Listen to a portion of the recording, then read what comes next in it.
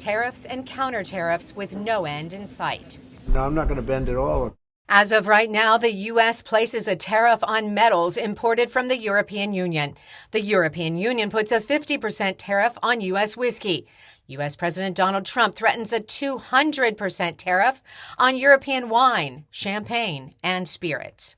We've been ripped off for years, and we're not going to be ripped off anymore.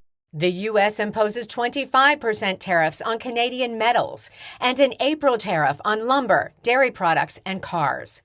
Canada levies, then withdraws tariffs on electricity exports, but keeps tariffs on $21 billion worth of American goods. We don't need their cars. We don't need their energy. We don't need their lumber. The U.S. puts a tariff on Mexican foods, but exempts certain items included under the North American Free Trade Pact, signed in President Trump's first term. A tariff on cars from Mexico is also rescinded. Mexico says it will respond on Sunday. And for China, 20% tariffs overall. Now, there'll be a little disruption, but it won't be very long. The unpredictability drives U.S. stocks wild. Analysts say if it continues, all governments lose.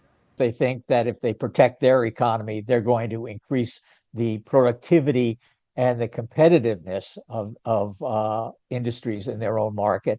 And actually what they're doing is putting them at a disadvantage in terms of price and access to global markets. The U.S. argues economic pain now will yield great results later. Treasury Secretary Scott Bessent. The tariffs, we've got strategic industries we've got to have. We want to protect the American worker, but a lot of these trade deals haven't been fair. The administration is sending a signal that it's not business as usual here. It's now more exports and less imports. The next round of tariffs goes into effect April 2nd.